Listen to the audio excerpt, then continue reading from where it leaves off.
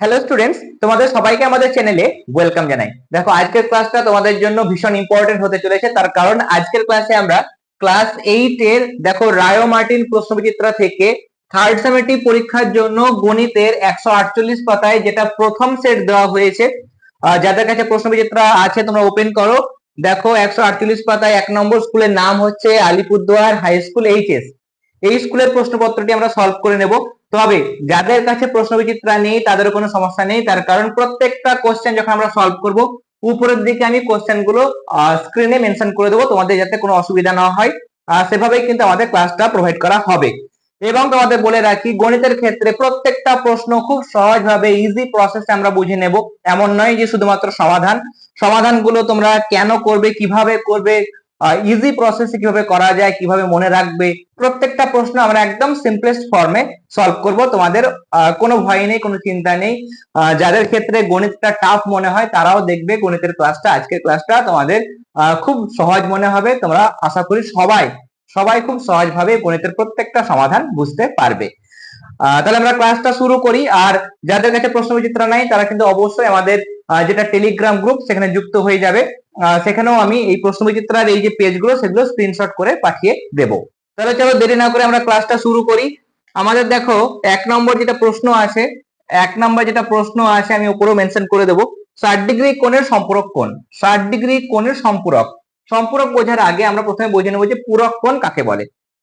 পূরক কোণ মানে যদি দুটো কোণের সমষ্টি, ধরো একটা হচ্ছে 40 ডিগ্রি আর একটা হচ্ছে 50 ডিগ্রি, 40 এবং 50 কত হয়ে যাচ্ছে, টোটাল হয়ে যাচ্ছে 90 ডিগ্রি। তাহলে দুটো কোণের সমষ্টি যদি 90 ডিগ্রি হয়, ধরো এখানে আমার আছে কি এরকম একটা কোণ আছে আর এরকম একটা কোণ আছে। ধরো এটা 40 ডিগ্রি, এটা 40 ডিগ্রি আর এটা হচ্ছে আমার 50 ডিগ্রি। দুটো কোণের সমষ্টি যদি 90 ডিগ্রি হয় তাহলে সেটাকে বলা হয় পূরক কোণ। কি বলা হয়? পূরক কোণ। আর একটা বিষয় যেটা আমাদের এই প্রশ্নে দিয়েছে সেটা হচ্ছে সম্পূরক কোণ। সম্পূরক কোণ মানে পাশাপাশি সন্নিহিত দুটি কোণের সমষ্টি কত হবে? 180 ডিগ্রি হবে। কত হবে? এক্ষেত্রে আমার দুটো কোণ, ধরো এখানে একটা কোণ আছে, এখানে একটা কোণ আছে, দুটো কোণ মিলে আমার এখানে 180 ডিগ্রি হতে হবে। সাপোজ এখানে আমার দেখা যাচ্ছে যে এই যে কোণটা আছে সেটা হচ্ছে 100 ডিগ্রি এবং এই কোণটার যেটা মান সেটা হচ্ছে 80 ডিগ্রি। যোগ করো 100 আর 80 কত হয়ে যায়? 180 ডিগ্রি। এবার দেখো আমাকে বলেছে এখানে যে 60 ডিগ্রি কোণের সম্পূরক কোণের মান কত। তাহলে এখানে তোমাদের প্রশ্ন করে যে আচ্ছা একটা কোণ যদি 100 ডিগ্রি হয় তাহলে এর সম্পূরক কোণ কত, মানে এই কোণটা কত। তোমরা তো জানো যে দুটো কোণ মিলে 180 যদি হয় তাহলে সম্পূরক কোণ বলা হয়। তাহলে একটা কোণ আমি কি করে বার করব? একটা আমি জানি দুটো সমষ্টি 180 ডিগ্রি, একটা কোণ বলে দিয়েছে 100 ডিগ্রি, তুমি 100 ডিগ্রি মাইনাস করে দাও তাহলে কত পেয়ে যাবে? 80 ডিগ্রি। যদি বলে আচ্ছা একটা কোণ, এই কোণটা 80 ডিগ্রি, এই কোণটা কত, তাহলে তুমি কি করবে? 180 থেকেই মাইনাস করবে কোণটা যেটা তোমার বলে দিয়েছে, 80 বিয়োগ করো 100, তখন তুমি 100টা পেয়ে যাবে। তাহলে এখানে আমার 60 ডিগ্রি বলেছে, তাহলে মানে সম্পূরক কোণ কত? তাহলে সম্পূরক কোণটি হলো, লিখবে 60 ডিগ্রি কোণের সম্পূরক কোণটি হলো 180 থেকে 60 ডিগ্রি মাইনাস করবে তাহলে হয়ে যাবে 120 ডিগ্রি। এখানে দেখো অপশন বি যেটা দেওয়া হয়েছে, অপশন বি সেটা হচ্ছে রাইট আনসার। এমসিকিউ, যদিও এমসিকিউ তবুও তোমরা সলভ করবে, সলভ করার পর তোমরা আনসার গুলো টিক করবে, তাহলে দেখবে কোনো ভুল হবে না, কেমন? যেহেতু এটা গণিত। এরপরে নেক্সট কোশ্চেনে চলে যাব। নেক্সট কোশ্চেন আমার বলেছে 120 টাকার 120 টাকার 120 টাকার কত পার্সেন্ট বলেছে? 5%। তাহলে 120 টাকার 5% আমরা বারবার ক্লাসে বলে থাকি যে যখন পার্সেন্ট শতকরা চিহ্ন যখন তুলবে তখন 100 দিয়ে ভাগ হবে। শতকরা চিহ্ন যখন তুলবে 100 দিয়ে ভাগ হবে, শতকরা চিহ্ন পার্সেন্টেজ যখন করবে তখন 100 দিয়ে গুণ হবে। আমি এখানে পার্সেন্টটা তুলবো, তাহলে 120 ইন্টু 5%, তুলতে গেলে 100 দিয়ে ভাগ হয়, তাহলে 100 দিয়ে ভাগ করলাম আমরা। এবার দেখো কাটাকাটি করব, শূন্য শূন্য কেটে যায়, 5 দিয়ে কাটো, 5 একে 5, 5 দুইয়ে 10, 2 দিয়ে কাটো, 2 একে 2, 6 দিয়ে 12। তার মানে এখানে আমি পেয়ে যাচ্ছি, দেখো এখানেও তোমরা প্রত্যেকটা জায়গাতে একক অবশ্যই লিখতে হবে। তাহলে আমরা পেয়ে যাচ্ছি কত? 6 টাকা। এবার আমরা প্রশ্নবিচিত্রা বের করব, অপশন খুঁজবো। দেখো প্রথম যেটা অপশন দেওয়া হচ্ছে option A, option A is the right answer. Okay, next question দেখো, একটি সুষম বহুভুজের প্রতিটি অন্তঃকোণের, মানে একটা বহুভুজ আছে, সুষম বহুভুজ মানে কি? সুষম বহুভুজ মানে হচ্ছে সেটা যতগুলো বাহু থাকুক না কেন প্রত্যেকটা বাহুর দৈর্ঘ্য সমান, সেটা হচ্ছে সুষম বহুভুজ। কেমন? যদি বলে সুষম চতুর্ভুজ মানে সেই চতুর্ভুজটা চারটে বাহু সমান, সুষম ষড়ভুজ মানে সেই মানে যে বহুভুজটা আছে, ষড়ভুজ মানে ছটা বাহু, সেই ছটা বাহুই সমান, তার জন্য সুষম কথাটা বলা হয়। এবার এখানে আমার বলেছে 3 নম্বর কোশ্চেনে বলেছে যে এই সুষম বহুভুজের প্রত্যেকটা অন্তঃকোণের মান 135 ডিগ্রি। মনে রাখবে কোন একটা কোণ, যে কোনো কোণ হোক না কেন, যে কোনো একটা কোণ যদি হয় তার অন্তঃকোণ এবং বাইরে যে বহিঃকোণ এই দুটোর সমষ্টি 180 ডিগ্রি হতেই হবে, মাস্ট 180 ডিগ্রি হতে বাধ্য প্রত্যেকটা কোণের। তাহলে এখানে আমার বলেছে অন্তঃকোণ কত, অন্তঃকোণ বলেছে 135 ডিগ্রি, তাহলে অন্তঃকোণ যদি 135 হয়, বহিঃকোণ কত 180 থেকে 135 ডিগ্রি মাইনাস করো, পেয়ে যাবে 45 ডিগ্রি। তাহলে এটাই হবে প্রত্যেকটা বহিঃকোণের পরিমাপ। তার মানে আমরা অপশন খুঁজবো, অপশন আমরা পেয়ে যাচ্ছি option B is the right answer. এরপরে 4 নম্বর প্রশ্ন, দেখো 4 নম্বর প্রশ্নটা ভীষণ ইম্পর্টেন্ট। তোমরা যখন কোনো জ্যামিতির প্রশ্ন আসবে অবশ্যই ছবি অঙ্কন করে দেখবে, তাহলে ভুল হবে না। যেমন বলেছে দেখো এবিসিডি সামান্তরিকের, এবিসিডি সামান্তরিক আমরা এঁকে নেবো একবার, সামান্তরিক যখন বলেছে আমরা এঁকে নেবো এরকম ভাবে এবিসিডি। দেখো এটা এ, এটা বি, এটা সি, এটা ডি। এবিসিডি সামান্তরিকের বি, বি বলেছে 15 ডিগ্রি, আমার ছবিটা সেরকম ভাবে হয়নি, আমি সামান্তরিক করে দিয়েছি। বি 15 ডিগ্রি, সি এর মান কত, এই কোণটার মান কত। দেখো এখানে তোমাকে সলভ তো করতে হবে না, তোমাকে আনসারটা ঠিক করতে হবে, তাহলে তুমি সমাধানটা যেভাবে খুশি করতে পারো, তাই না? সমাধানটা রাফ কাগজে তোমরা করবে বা সেখানেও সাইডে করতে পারো। তাহলে এখানে সামান্তরিক যেহেতু, তাহলে সামান্তরিকের কি হয়, বিপরীত কোণগুলো পরস্পর সমান হয়, মানে এই কোণটার সঙ্গে এই বি কোণটার সঙ্গে ডি কোণটা সমান হবে, এ কোণের সঙ্গে সি কোণটা সমান হবে, এটা তো তোমরা জানো। তাহলে এটা যদি 15 ডিগ্রি হয়, বি যদি 15 ডিগ্রি হয়, ডি এর মান কত, ডি এর মানটাও 15 ডিগ্রি। কেন হবে? তার কারণ সামান্তরিকের বিপরীত কোণগুলো পরস্পর সমান হয়। তাহলে আমরা পেয়ে গেলাম, দেখো এখানে আমার বলেছিল কি বি 15 ডিগ্রি, তাহলে সিটাও কত হয়ে যাবে, সিটাও হয়ে যাবে আমার এই সরি ডিটাও হয়ে যাবে 15 ডিগ্রি, এটাও হয়ে যাবে আমার 15 ডিগ্রি। তাহলে এই দুটো পেলাম। এবার একটা চতুর্ভুজের টোটাল কোণ কত হয়, টোটাল কোণ, টোটাল যেটা কোণের সমষ্টি সেটা হচ্ছে 360 ডিগ্রি। তাহলে তিন মানে চারটে কোণের সমষ্টি হচ্ছে 360 ডিগ্রি। সেখান থেকে আমরা এইটার এটা বাদ দেব, এটা 15, এটা 15, তাহলে 15 আর 15 যোগ করলে 30 হয়, তাহলে 30 ডিগ্রি বাদ দেব, 30 ডিগ্রি বাদ দিলে আমার হচ্ছে 330 ডিগ্রি। তাহলে এই কোণটা বাদ যদি দিই, তাহলে এইটা আর এটা পড়ে থাকে। আবার যেহেতু সমান্তরিক, তাহলে এই কোণটা সমান, তার মানে এই দুটো কোণ মিলে 330, তাহলে এক একটা কোণ কত হবে, দুটোই যেহেতু সমান, এ আর সি সমান, তাহলে 330 ডিগ্রিকে 2 দিয়ে ভাগ করবো আমরা। দেখো 2 কে 2, 6 দিয়ে 12, 5 দিয়ে 10, 165 ডিগ্রি। তার মানে দেখো আমরা অপশন খুঁজবো, অপশন যেটা বি, অপশন বি যেটা সেটা কিন্তু হয়ে যাবে রাইট আনসার। এরপরে আমি পাঁচেরটা এখানে করে দেখাচ্ছি। পাঁচেরটা বলেছে দেখো এখানে যে কোন সুষম বহুভুজের প্রতিটি বহিঃকোণ বলছে 60 ডিগ্রি, তাহলে বাহু সংখ্যা কত।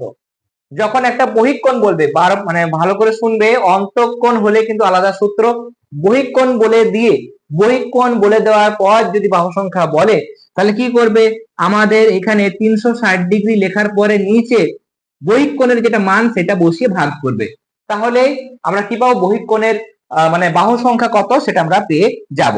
তাহলে এখানে বলেছে প্রত্যেকটা বহিঃকোণের মান হচ্ছে 60 ডিগ্রি, তাহলে ভাগ করব, ভাগ করে আমরা পেয়ে যাচ্ছি 6টি, 6 6 36 হয়, তাই না? শূন্য শূন্য কেটে যায়, তারপর 6 6 36 হয়। তারপরে বাহু সংখ্যা আমরা পেয়ে যাচ্ছি অপশন সি 6টি। এবার ধরো তোমার বলেছে যে কোন একটা সুষম বহুভুজের বাহু সংখ্যা হচ্ছে 6টি, বাহু সংখ্যা 6টি, তাহলে বহিঃকোণের মান কত। তখন 360 কে 6 দিয়ে ভাগ করবে, 360 কে 6 দিয়ে ভাগ করলে পেয়ে যাবে 60 ডিগ্রি। মানে উল্টোটা দিলেও তোমরা একই রকম ভাবে করবে, বহিঃকোণ দিয়ে দিয়েছে, বাহু সংখ্যা জিজ্ঞাসা করেছে, তাহলে যে 360 কে কোণ দিয়ে ভাগ করব। যদি বাহুর সংখ্যা বলে দেয় আর বহিঃকোণ জিজ্ঞাসা করে, তাহলে 360 কে আমরা ওই বহিঃকোণ মানে বাহু সংখ্যা দিয়ে ভাগ করব, তাহলে বহিঃকোণ পেয়ে যাব। তাহলে আর একটা পড়ে আছে, আর একটা করে দিই, তারপর আমি বোর্ডটা ক্লিয়ার করে দেবো, তারপর নেক্সট কোশ্চেন গুলোতে আমরা যাব। বলেছে এ minus B into A square plus A B plus B square, এটা কিসের সূত্র। যখন দেখবে মাইনাস দিয়ে শুরু হচ্ছে, এখানে মাইনাস এখানে প্লাস, ভালো করে খেয়াল করো, এখানে মাইনাস এখানে প্লাস, তখন এটা সূত্র হচ্ছে এ কিউব মাইনাস বি কিউবের সূত্র। কেমন? তাহলে এখানে আমরা পেয়ে যাচ্ছি অপশন যেটা বি, অপশন বি হবে রাইট আনসার। আর নোট করে রাখো, কি নোট করবে? নোট করবে যে যখন প্লাসের সূত্র হবে, প্লাসের সূত্র তখন এইখানে প্লাসের সূত্র হলে প্লাস দিয়ে শুরু হবে, আর এই জায়গাতে মাইনাস হয়ে যাবে, এ square minus A B plus B square, এটা হয়ে যাবে এ কিউব প্লাস বি কিউবের সূত্র। তার মানে যখন আমার মাইনাসের সূত্র তখন মাইনাস দিয়ে শুরু হবে, এখানে প্লাস হবে, আর প্লাসের সূত্র যদি হয় তাহলে প্লাস দিয়ে শুরু হবে আর এখানে মাইনাস চিহ্ন হবে। এবার তোমরা এটা নোট ডাউন করে নাও, তারপর নেক্সট কোশ্চেন গুলো আমরা সলভ করব। এরপরে আমরা 2 এর 1 সলভ করব। 2 এর 1 বলেছে x কিউব মাইনাস 8 সমান x মাইনাস 2, এখানে শূন্যস্থানে কি বসবে সেটা আমাকে বের করতে হবে। দেখো এটা আমি সাইডে করছি, x কিউব ছিল মাইনাস 8, 8 মানে তোমরা জানো যে 3টে 2, 3টে 2 যদি গুণ করো, এই 2 এই 2 আর এই 2, 3টে 2, 2 দিয়ে 4, 4 দিয়ে 8, 8 হয়। তার মানে 8 কে আমরা 2 এর কিউব লিখতে পারি, তাই না? এটাকে আমরা 2 এর কিউব লিখতে পারি। এবার এটা সূত্র কি? a কিউব মাইনাস b কিউবের সূত্র তোমরা একটু আগে পড়লে, a কিউব মাইনাস b কিউবের সূত্র হচ্ছে a minus b into a square. a square মানে কার? এটা x, a মানে হচ্ছে x, তাহলে x এর স্কয়ার প্লাস ab, ab মানে x ইনটু 2, x ইনটু 2 মানে 2x, তাই না? সংখ্যাটা আগে আসে, তাহলে 2x প্লাস b স্কয়ার মানে 2a স্কয়ার কত হয়? 4, তাই না? তাহলে আমার এই জায়গাটা দেওয়া আছে, শূন্যস্থানে কি বসবে? শূন্যস্থানে বসবে x square plus 2x plus 4, তাহলে এটা হয়ে যাবে আনসার। এরপর দেখো 2 নাম্বার প্রশ্ন বলছে আমার, 2 নাম্বার প্রশ্ন হচ্ছে কোন ত্রিভুজের একটি বাহুকে বর্ধিত করলে উৎপন্ন বহিঃকোণের মান, কোন একটা ত্রিভুজ তার এই যে মানে কোন একটা ত্রিভুজে যদি আমরা এটাকে একটা বাহুকে যদি বর্ধিত করি, এটাকে যদি বাড়ায়, বর্ধিত করা মানে হচ্ছে বাড়ানো, যদি বাড়ানো হয় তাহলে উৎপন্ন বহিস্থ কোণের মান, এই উৎপন্ন বহিস্থ কোণের মানটা কি হয়? এটা একটা উপপাদ্য আছে যে কোন একটা ত্রিভুজের কোন একটা বাহুকে যদি বর্ধিত করা হয় তাহলে উৎপন্ন যেটা বহিঃকোণ সেটার মান অন্তস্থ বিপরীত কোণ দুটির সমষ্টির সমান। অন্তস্থ বিপরীত মানে, অন্তস্থ মানে ভেতরের কোণ, এটা এটা এটা বলছে মানে অন্তস্থ কোণ, বাইরের কোণটাকে বলছে মানে এই কোণটাকে বলছে বহিস্থ কোণ। এবার উপপাদ্যতে বলছে যে অন্তস্থ বিপরীত কোণ দুটো, এটা তো কাছের কোণ, তাহলে এটা বিপরীত কোণ নয়, তার মানে এই কোণটা আর এই কোণটার সমষ্টি মানে এই দুটোর যোগফলের সমান হবে এটা। মানে এটা যদি ধরো 120 হয়, দেখা যাবে এটা আর এটা মিলে 120 হচ্ছে। তাহলে এখানে শূন্যস্থান দিয়েছে যে বহিস্থ কোণের মান ড্যাশ বিপরীত কোণ দ্বয়ের সমষ্টির সমান, তাহলে এখানে বসবে আমার অন্তস্থ, এখানে কি বসবে? অন্তস্থ, এই কথাটা আমাদের বসাতে হবে। পরের প্রশ্ন বলছে দেখো একটি ত্রিভুজের 3টি কোণের সমষ্টি, এটা তোমরা বারবার জানো, একটি ত্রিভুজের 3টে কোণের সমষ্টি সর্বদা কত হয়? 2 সমকোণ মানে 180 ডিগ্রি। চারের প্রশ্ন বলছে আমার, আমি এখানেই করছি চারেরটা, 2x square minus 3x plus 5, x এর সহগ, এখানে আমার চেয়েছে x এর সহগ কত? x এর সহগ মানে এখানে x এর সঙ্গে কোন সংখ্যা গুণ আছে, এটা কিন্তু x নয়। যদি প্রশ্ন আসতো যে আচ্ছা x এর স্কোয়ারের সহগ কত, তখন তুমি বলতে 2, কারণ x এর স্কোয়ারের সঙ্গে 2 গুণ আছে। আমার প্রশ্ন আছে যে x স্কোয়ার নয়, x এর সহগ কত, তাহলে x এর সহগ মানে x এর সঙ্গে কি গুণ আছে? -3 গুণ আছে, তার জন্য -3, এটা হবে আনসার। ওকে, এরপরে 4টে প্রশ্ন হয়ে গেল, এবার আমরা 3-এর দাগে যে প্রশ্নগুলো আছে সেগুলো সলভ করব। প্রথমে বলছে দেখো যে 2x প্লাস 5 সমান যদি 6 হয়, তাহলে x বলছে x সমান -1/2 হবে, এটা বলে দিয়েছে। এটা সত্য না মিথ্যা? তাহলে আমাকে নিশ্চয় সলভ করে দেখতে হবে। আমি এটা সলভ করে দেখব। এটা আমরা দেখছি যে বা 2x সমান 6 প্লাস 5 ডান দিকে গেলে -5 হয়, সাইড যখন চেঞ্জ হয়, সমান চিহ্নের বাম দিক থেকে ডান দিকে যখন যায় তখন প্লাস থাকলে মাইনাস হয়, মাইনাস থাকলে প্লাস হয়, গুণ থাকলে ভাগ হয়ে যায়, ভাগ থাকলে গুণ হয়ে যায়, মানে উল্টোটা হয়ে যায়। এখানে +5 ছিল, এদিকে আসলে -5, তাহলে 6 থেকে 5 মাইনাস করলে কত হয়? 1 হয়। তাহলে 2x মানে যদি 1 হয়, 2x মানে 1, তাহলে x মানে কত? এই দুইটা এর সঙ্গে গুণ আছে, x এর সঙ্গে গুণ আছে, ডান দিকে গেলে ভাগ হবে, তাহলে 1/2। কিন্তু আমার বলেছে x এর মান -1/2, -1/2 বলেছে, আমার এসছে +1/2, তার মানে এটা কি হবে, সত্য না মিথ্যা? এটা হয়ে যাবে মিথ্যা। তাহলে এটা আমরা কি বলবো, এটা আমরা আনসারটা পেয়ে যাচ্ছি যে এটা হচ্ছে পুরো মিথ্যা। এরপরে নেক্সট, একটি সুষম ষড়ভুজের প্রতিটি অন্তঃকোণের মান 120 ডিগ্রি। আচ্ছা, আমি ডান দিকে জায়গা আছে, আমি ডান দিকে করে দিচ্ছি। একটি সুষম ষড়ভুজ, ষড়ভুজ মানে সেখানে বাহু সংখ্যা কত, 6টা। ষড়ভুজ মানে 6টা, অষ্টভুজ মানে 8টা, তাই না? এবার সূত্র হচ্ছে যে অন্তঃকোণের সমষ্টির সূত্র হচ্ছে 2 × n-2। এত সমকোণ, এত সমকোণ, তাহলে কত ডিগ্রি, এক সমকোণ মানে 90 ডিগ্রি, তাহলে এটাকে ডিগ্রিতে বের করতে গেলে 90 গুণ করব। তাহলে একটা সুষম বহুভুজের অন্তঃকোণের সমষ্টি কত হবে, সেটা সূত্র হচ্ছে 2 × n-2, এত সমকোণ, আর ডিগ্রিতে বললে 90 গুণ করতে হবে। কেন? তার কারণ সমকোণ মানেই 90 ডিগ্রি। এবার বলছে এক একটা, এখানে প্রশ্নে বলছে যে প্রতিটি অন্তঃকোণের মান, প্রতিটি অন্তঃকোণের মান 120 ডিগ্রি। এবার প্রতিটি অন্তঃকোণ মানে কটা অন্তঃকোণ হবে, 6টা বাহু 6টা অন্তঃকোণ, তার মানে বাহু দিয়ে ভাগ করব, এটা তো গেল টোটাল সমষ্টি। তাই এক একটা কোণকে ভাগ করতে গেলে যেহেতু বলেছে ষড়ভুজ, তাহলে 6 দিয়ে আমাকে ভাগ করতে হবে। কত দিয়ে ভাগ করতে হবে, 6 দিয়ে ভাগ করতে হবে। তোমরা একটা লাইন এটা লিখবে, লেখার পরে নেক্সট লাইনে যখন করবে তখন n মানে বাহু সংখ্যা কত, 6, সেটা বসিয়ে দেবে। তারপরে এটা 90 ডিগ্রি করবে, এখানে তোমরা 6 লিখবে। এবার আমরা কাটাকাটি করব, দেখো 2 একে 2, 3 2 6, 3 একে 3, 3 30 90। 6 থেকে 2 বাদ দিলে 4, 4 এর সঙ্গে 30 গুণ করলে হয়ে যাচ্ছে আমার 3 4 12 120 ডিগ্রি। প্রশ্নে বলেছিল যে এখানে আমার অন্তঃকোণের মান হবে 120 ডিগ্রি, দ্যাট মিন্স এটা হয়ে যাবে সত্য। আমরা 120 ডিগ্রি পেয়ে গেলাম, তার জন্য আমার এটার আনসার হয়ে যাবে সত্য। এরপর দেখি এটা করা যাবে কিনা। হ্যাঁ, এটা আমি এখানেই করে দিচ্ছি। 3 নাম্বার প্রশ্ন, আমার বেশি কিছু লিখতে হবে না, শুধুমাত্র বুঝিয়ে দিলেই হবে। এখানে বলছে বহিস্থ বিন্দু থেকে একটি সরলরেখা পর্যন্ত যতগুলি সরলরেখা আঁকা যায় তাদের মধ্যে বৃহত্তম দূরত্বই লম্ব দূরত্ব। মজার একটা গল্প দিয়ে দিয়েছে। হ্যাঁ, বলেছে নাকি এই একটা সরলরেখা, তার উপর কোন একটা বিন্দু থেকে আমি যদি অনেকগুলো রেখা টানি, অনেকগুলো সরলরেখা টানি, অনেকগুলো সরলরেখা টানি, তাহলে এই যে বৃহত্তম হচ্ছে লম্ব দূরত্ব, এটা নাকি বৃহত্তম। এটা আমাকে বিশ্বাস করতে হবে এখন, তাই না? যে অষ্টম শ্রেণীর ছাত্রছাত্রী মানে ভাবছে বোকা। তো এখানে দেখো এটা তো সব থেকে ছোট, এটা দেখে বোঝা যায় যে না এটা তো ছোট সব থেকে, এত বোকা নাকি আমরা? যেটা লম্ব দূরত্ব মানে হচ্ছে একদম শর্টেস্ট ডিস্টেন্স, এটা তো ছোট হবে। কিন্তু এখানে বলেছে ভুল, মানে এখানে কি বলেছে, এটা বলেছে যে বৃহত্তম, বৃহত্তম দূরত্ব হচ্ছে লম্ব দূরত্ব। এত বোকা আমরা নয়। তবে লিখে দেবে যে না, এই বহিস্থ কোনো বিন্দু থেকে যখন একটা সরলরেখার উপর অনেকগুলো যদি আমরা রেখা টানি, লম্ব দূরত্ব যেটা সেটা হবে সব থেকে ক্ষুদ্রতম, বৃহত্তম নয়, সেটা হচ্ছে সব থেকে ছোট। তাহলে এটা হচ্ছে মিথ্যা।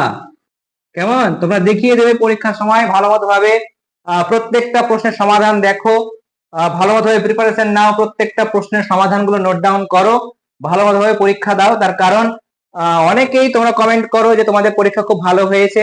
যে সমস্ত সাজেশন গুলো আমরা প্রোভাইড করেছিলাম সেকেন্ড সামেটিভ পরীক্ষার আগে, অনেকেই লিখেছো যে অনেকে কমন পেয়েছো। সেকেন্ড সামেটিভের পরীক্ষায় 25-এর মধ্যে অনেকে আমাকে পার্সোনালি মেসেজ করেছে, টেলিগ্রাম গ্রুপের মধ্যেও অনেকে জানিয়েছে 25-এর মধ্যে 25 পেয়েছে, অনেকে 24 পেয়েছে। সায়েন্সের ক্ষেত্রেও কিন্তু একই রকম এক্সপেকটেশন যেমন ছিল সেরকম কিন্তু হয়েছে। কিন্তু এবছর হচ্ছে যে আরো এক্সপেকটেশন বেশি। তোমরা আরো অনেকে আমাকে জানাও যে ভালো রেজাল্ট হয়েছে। থার্ড সামেটিভ মানে বুঝতে পারছো 70 নম্বরের পরীক্ষা, তোমরা আরো মানে ভালো মতো ভাবে পরীক্ষা দাও। অনেকেই যেন আমি মেসেজটা পাই, সবার কাছ থেকে পাই যে স্যার আমি 70-এর মধ্যে 70ই পেয়েছি পরীক্ষায়, সেটা আমি শুনতে চাই। তাহলে আমাদেরও ভালো লাগবে। এবং নেক্সট যখন আমরা ক্লাস 9-এর পড়াশোনা করবো তখন আরো ফুল দমে, মানে এর থেকে আরো বেশি বহুগুণ আমাদের এনার্জিটাকে বাড়িয়ে নেব এবং ক্লাসগুলো আমরা অ্যাটেন্ড করব এবং পরীক্ষায় প্রত্যেকটা ক্লাসে প্রত্যেকটা টার্মে আমরা ভালো রেজাল্ট করব। সেটা আমরা কিন্তু আজ থেকে কি করব, আজ থেকে আমরা পুরো একদম শপথ নিয়ে নেব যে হ্যাঁ এরপর থেকে আমি ভালো মতো পড়াশোনা করব, ক্লাসগুলো অ্যাটেন্ড করব এবং ভালো মতো পরীক্ষা দেব, যাতে করে আমার একটা নম্বরও কাটতে না পারে। কেমন? তাহলে দেখো নেক্সট নেক্সট আমাদের 4 নাম্বার প্রশ্ন। 4 নাম্বার প্রশ্ন দেখা যাক এখানে হচ্ছে কিনা।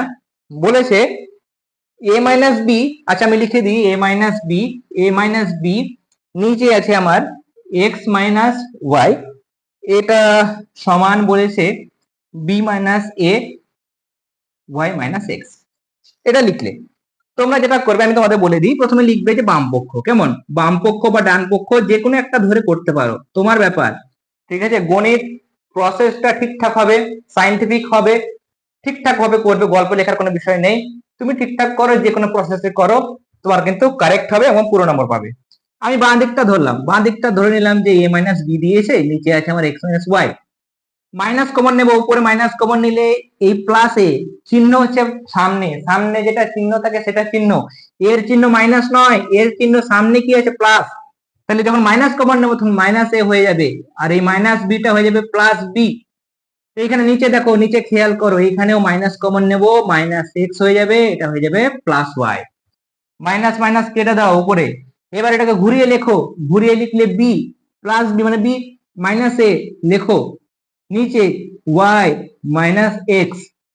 তাহলে দেখো ডান দিকে যেটা দেওয়া ছিল আমার প্রমাণ করতে বলেছিল যে এটা হবে, সত্য না মিথ্যা, আমরা এটাই তো পেয়ে যাচ্ছি b minus a by y minus x, that means এটাও হয়ে যাবে সত্য, তাই না? তাহলে এটা তোমরা লিখবে সত্য। এটা আমরা সলভ করলাম, এগুলো তোমরা কপি করে নাও, এরপর 4 দাগের যে সমস্ত প্রশ্নগুলো আছে সেগুলো আমরা সলভ করে নেব। 4 দাগের প্রশ্ন, প্রথম প্রশ্ন হচ্ছে, কিচ্ছু নেই, শুধুমাত্র গুণ করতে হবে। লেখা আছে A plus B plus C into A minus B plus C into A plus B minus C. দেখো খুব সহজ প্রশ্ন, শুধুমাত্র গুণ করতে হবে, গুণগুলো আমরা স্টেপ বাই স্টেপ করব।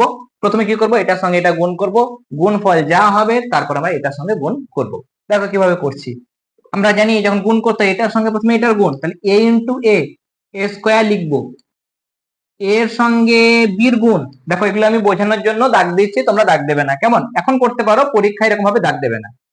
এর সঙ্গে মাইনাস বির গুণ, তাহলে মাইনাস এ বি, এর সঙ্গে সি গুণ, চিহ্ন আছে প্লাস, তাহলে এ সি। হয়ে গেল, এর কাজ শেষ, একে এবার টাটা করে দাও, টাটা বাই বাই।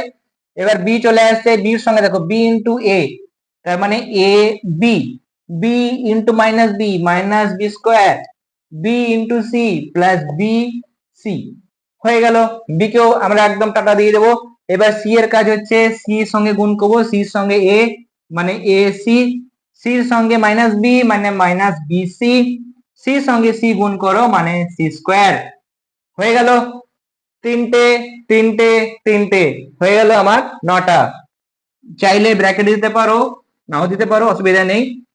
ব্র্যাকেট আমরা দেবো, তার কারণ ব্র্যাকেট না দিলে এটা অন্যরকম দেখায়।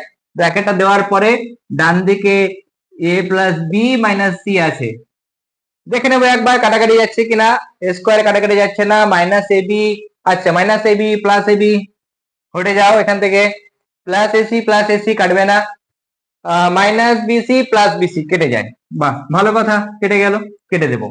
যেগুলো কাটাকাটি যাবে অবশ্যই কেটে কেটে দেবে, এগুলো কিন্তু বোঝা, কেমন সমাজের বোঝা এরা, এদিকে একদমই রাখবে না। তাহলে এ স্কোয়ার প্লাস এসি, এরপর minus B square plus AC plus C square, আর ডান দিকে আছে আমার A plus B minus C. কেমন, এখানে প্লাস এসি দুটো এসি হচ্ছে, তাহলে এক কাজ করব, দুবার লিখবো না, আমি এখানে একবারে লিখে দেবো টু এ সি আর মাইনাস বি স্কোয়ার। আর একটা কথা তোমাদের বলে রাখি, বীজগণিতের ক্ষেত্রে যেটা হয়, চিহ্নটা খেয়াল রাখবে। ধরো কোনো একটা আনসার তুমি দেখছো, আনসারে এই জায়গাটা ধরো এটা আনসার চলে এসেছে, সাপোজ এই আনসার তোমরা দেখছো এ মাইনাস সি, মানে এটা এরকম ভাবে লেখা আছে, সাপোজ এ মাইনাস সি প্লাস বি, আর তুমি ঘাবড়ে গেলে এই আমার তো উত্তর ভুল হয়ে গেছে। ভুল হয়নি, ঠিকই আছে, তোমার ওরকম ভাবে এসছে, জিনিসটা একই, এ আছে মাইনাস সি প্লাস বি, ঠিকই আছে, কিন্তু ভুল কখন, তুমি যদি চিহ্ন দেখতে মিলছে না এরকম করে দিয়েছো, এইখানে মাইনাস করে দিয়েছো, তখন কিন্তু ভুল, ঠিক আছে। মানে ডিজিট গুলো, সংখ্যাগুলো বা কোনো সহগ আছে, গুণ মানে কোনো রাশিমালা আছে, সেগুলো এদিক ওদিক হতেই পারে, কিন্তু সেটা যেন ঠিক থাকে, কেমন, চিহ্ন গন্ডগোল না থাকে, সেটা তোমার খেয়াল করে নেবে, বাদ বাকি আগে পরে আছে সেটা ডাজন্ট ম্যাটার।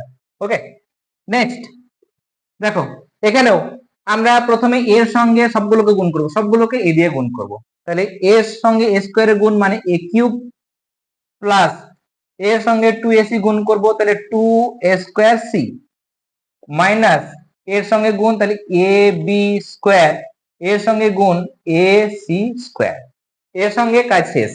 বি, বি চলে আসো, বির সঙ্গে গুণ, তাহলে প্লাস এ square B plus 2abc।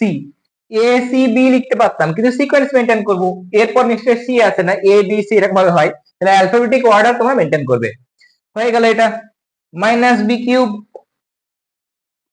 Minus এই প্লাস, এবার বি এর সঙ্গে সি স্কোয়ার, তাহলে প্লাস বি সি স্কোয়ার। বির কাজ শেষ, মাইনাস ই দিয়ে গুণ করবো, শুধু সি নয় মাইনাস সি, তাহলে সব জায়গায় চিহ্নগুলো পাল্টে যাবে, প্লাস গুলো মাইনাস হবে, মাইনাস গুলো প্লাস হবে। এ স্কোয়ার এর সঙ্গে সি গুণ করব, মাইনাস সি, তাহলে মাইনাস এ স্কোয়ার সি, এখানে প্লাস ছিল মাইনাস হয়ে যাবে, যেহেতু মাইনাসে প্লাসে মাইনাস হয় তোমরা জানো, তাই না?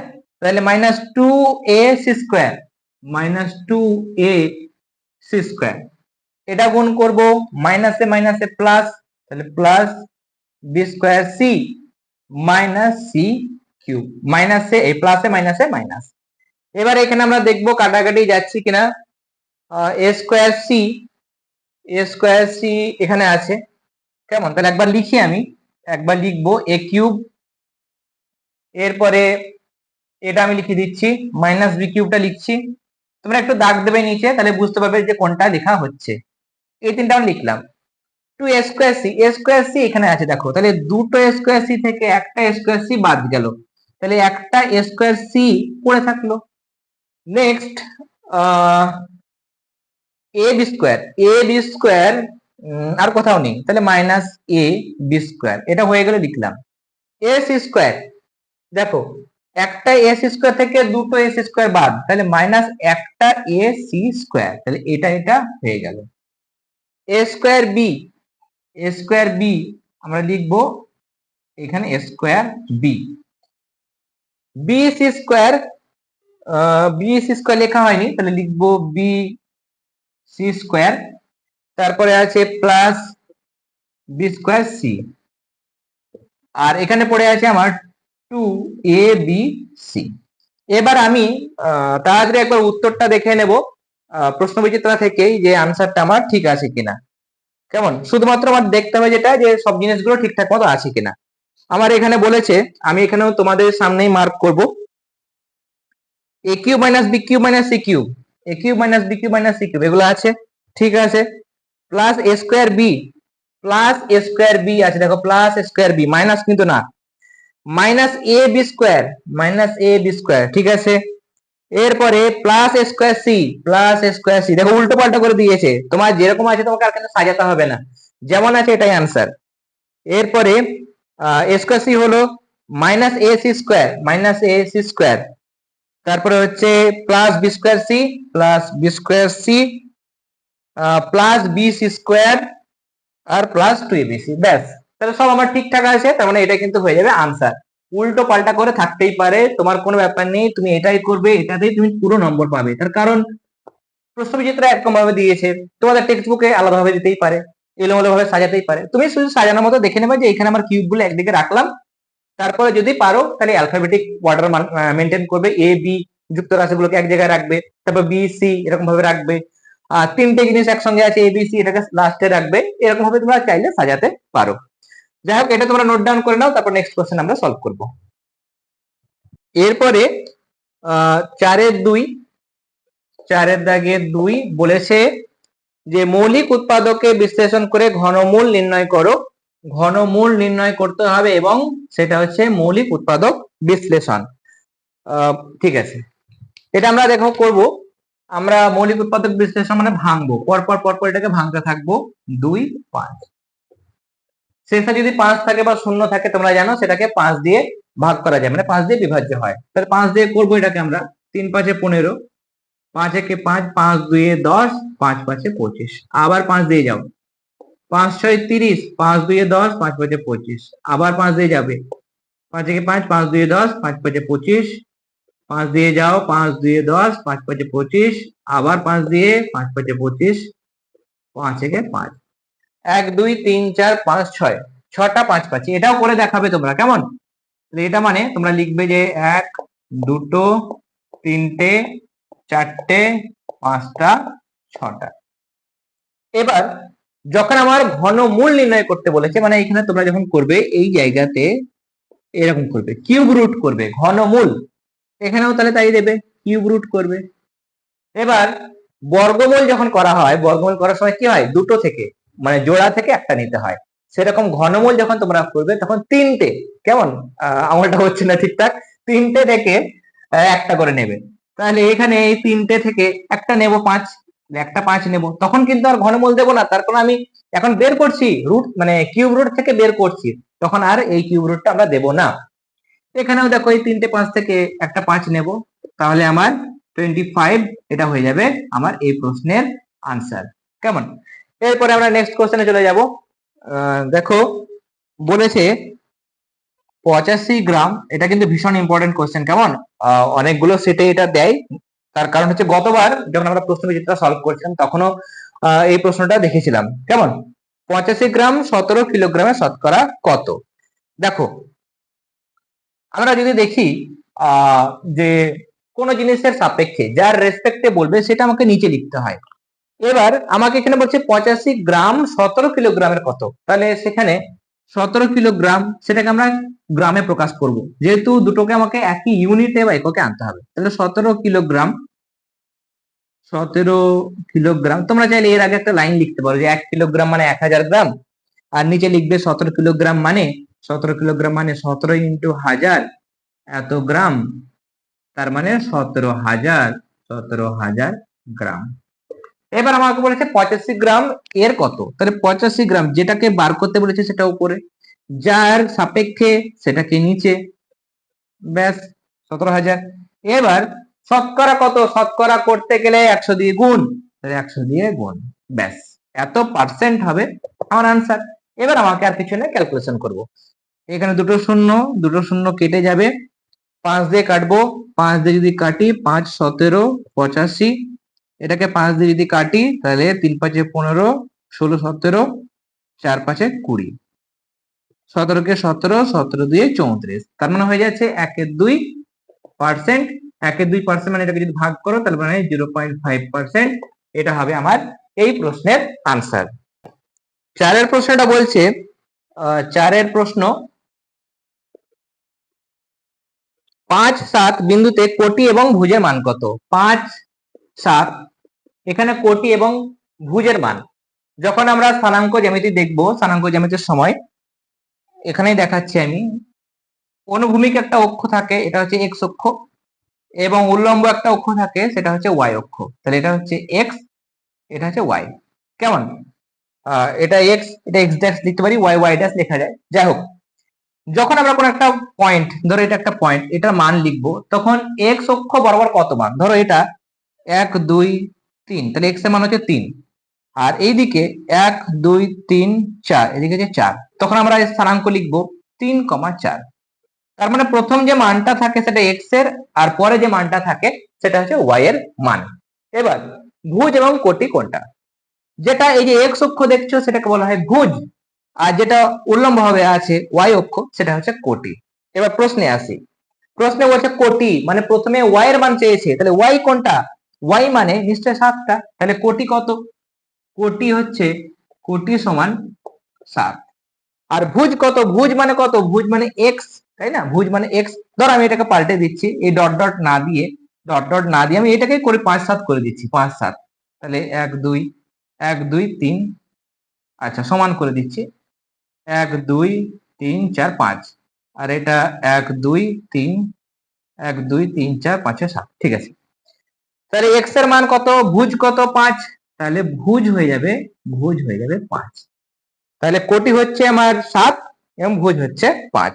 এগুলো তোমরা কপি করে নাও, তারপর আমরা নেক্সট প্রশ্নগুলো সলভ করব। 5 নম্বর প্রশ্ন সমাধান করো। এখানে বলেছে x/2 + 5 = x/3 + 7। এখানে কিছুই নয়, x যুক্ত রাশি সমাধান করার সময় একটা দিকে আনতে হয়, বাম দিকে আনতে হয়। তাহলে x/2 করব -x/3, ডান দিকে 7 + 5টা দিকে নিয়ে যাব, তাহলে -5, এটা হয়ে যাবে। দেখো 2 আর 3 এর লসাগু 6, 6 কে 2 দিয়ে ভাগ করলে 3, 3 এর সঙ্গে x গুণ 3x, 6 কে 3 দিয়ে ভাগ করলে 2, 2 এর সঙ্গে x গুণ মানে 2x, এটা হয়ে যাচ্ছে 2। 3টে এক্স থেকে 2টো এক্স বাদ দিলে একটা এক্স, তাহলে x/6 যদি হয় 2, তার মানে অতএব x মান কত হবে, 2 এর সঙ্গে 6 গুণ করো, মানে 6 দিয়ে 12, এটা হয়ে যাবে আনসার। আমি এটা মুছে দিচ্ছি, মুছে দেওয়ার পরে নেক্সট কোশ্চেনটা সলভ করব। নেক্সট কোশ্চেন দেখো, বলেছে একটা চৌবাচ্চার দুটি নল দিয়ে খালি চৌবাচ্চা আলাদা আলাদা ভাবে যদি আলাদা আলাদা ভাবে যথাক্রমে 12 মিনিট এবং 15 মিনিটে পূর্ণ হয়। দুটো নল আছে একটা চৌবাচ্চার, ধরো এরকম একটা চৌবাচ্চা আছে, এরকম ভাবে চৌবাচ্চাটা আছে, এখানে একটা নল আছে, এদিকে একটা আলাদা নল আছে। প্রথম যে নলটা সেখানে যদি শুধুমাত্র এই নলটা দিয়ে জল ভর্তি করি তাহলে 12 মিনিটে ভর্তি হয়, আর এটা দিয়ে 15 মিনিটে ভর্তি হয়। এবার বলছে যে এমন একটা কন্ডিশন, দুটো নল একসঙ্গে খুলে দিয়েছে, আর সেই সময় ধর নলগুলো এরকম ভাবে রাখলে হবে না, আমি এইখানে রাখছি, কেমন, এটাকে রাখছি, এটা আর এখানে রাখছি, যাই হোক অর্ধেক ভর্তি জল আছে, অর্ধেক ভর্তি জল আছে। এবার যদি দুটো নল একসঙ্গে খুলে দিই তাহলে কতক্ষণে চৌবাচ্চাটি পূর্ণ হবে। আমি বইটা রেখে দিই, তাহলে সুবিধা হবে, তার কারণ লিখতে হবে অনেক। দেখো এখানে আমরা প্রথমে যেটা করব, যে প্রথম নলটা দিয়ে 12 মিনিটে একটা চৌবাচ্চা কি করা যায়, পূর্ণ করা যায়। প্রথমে বলেছে পূর্ণ করা যায়, তাহলে 12 মিনিট একটা চৌবাচ্চার মোট অংশ মানে, যে কোনো জিনিসের মোট অংশ মানে আমরা কি ধরি, এক অংশ ধরি। তোমরা চাইলে লিখতে পারো যে ধরি মোট চৌবাচ্চা সমান এক অংশ, বা চৌবাচ্চার মোট জল সমান এক অংশ, এটা তোমরা লিখতে পারো।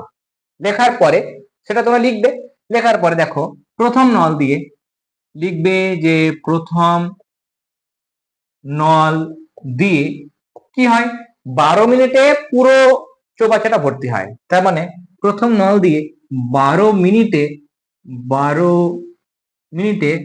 ভর্তি হয় পুরো চৌবাচ্চা। তার মানে কত, পুরো চৌবাচ্চা মানে এক অংশ। যেখানে হ্যান্ড রাইটিং দেখতে অসুবিধা হবে সেখানে তোমরা, আমি তো বলছি সেটা বলাটা শুনে শুনে লিখে নেবে, তার কারণ আমি বলছি প্লাস ক্লাস করছি, তোমাদের দিকেও তাকাচ্ছি, এদিকেও তাকাতে হচ্ছে, হতে পারে মিস্টেক হতেও পারে। তাহলে প্রথম নল দিয়ে 12 মিনিটে ভর্তি হয় এক অংশ, আমি ডট ডট দিয়ে দিচ্ছি, প্রথম নল দিয়ে 1 মিনিটে কতটা ভর্তি হয়, 1 মিনিটে কম হবে, তাহলে 1/12 অংশ। একই রকম ভাবে দ্বিতীয় নল দিয়ে আমরা বের করব, দ্বিতীয় নল দিয়ে 15 মিনিটে ভর্তি হয়, তাহলে 15 মিনিটে ভর্তি হয় কতটা, এক অংশ। 15 মিনিটে এক অংশ ভর্তি হয়, তাহলে দ্বিতীয় নল দিয়ে 1 মিনিটে কতটা ভর্তি হবে, 1 মিনিটে ভর্তি হবে 1/15 অংশ। এবার দুটো একসঙ্গে খুলে দিয়েছে, ভর্তি যেমন হবে দুটো নল দিয়ে, খালি করলেও একই সময় নেবে নিশ্চয়, আমি ভর্তির হিসাবে দেখছি, তার কারণ প্রথমে ভর্তির কথা বলেছিল। তাহলে প্রথম নলটাতে 1 মিনিটে এত ভর্তি হয়, দ্বিতীয় নলটিতে 1 মিনিটে এত অংশ ভর্তি হয়। তাহলে যদি দুটো নল একসঙ্গে খুলে দিই, তাহলে দুটি নল একসঙ্গে খুলে দিলে 1 মিনিটে ভর্তি হয়, এরকম লিখতে পারো। বা একদম শর্টকাট সোজা ভাবে লিখলে দুটি নল দিয়ে 1 মিনিটে ভর্তি হয়, 1 মিনিটে ভর্তি হয় কত, একত্রে দুটি নল দিয়ে একসঙ্গে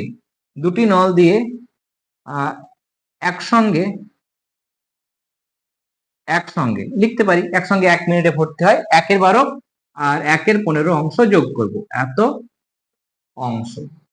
এটা দেখো যদি লসাগু করি, তোমরা লসাগু করে দেখবে, আমি এখানে করে দিচ্ছি, দেখো 12 আর 15 লসাগু করলে 3 দিয়ে 3 4 12, 3 5 15, তো 3 4 12, 5 12 60, 60 হয়ে যাচ্ছে লসাগু।